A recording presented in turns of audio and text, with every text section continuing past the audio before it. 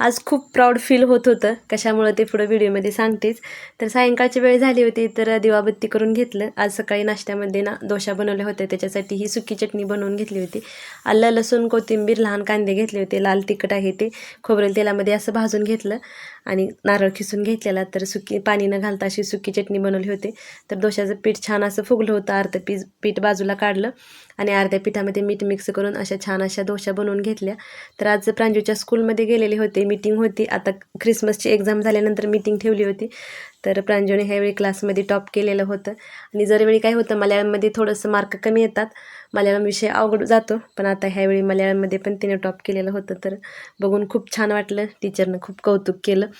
आणि येताना रोड साईडला हे बघा घोरपड अशी वरती चढत होते आणि पहिल्या वेळी चढल्यानंतर ती खाली पडली आणि नंतरच्या ह्याच्यामध्ये ना वरतीपर्यंत ती गेलेली. प्रयत्न केला तर कोणतीच गोष्ट अवघड जात नाही.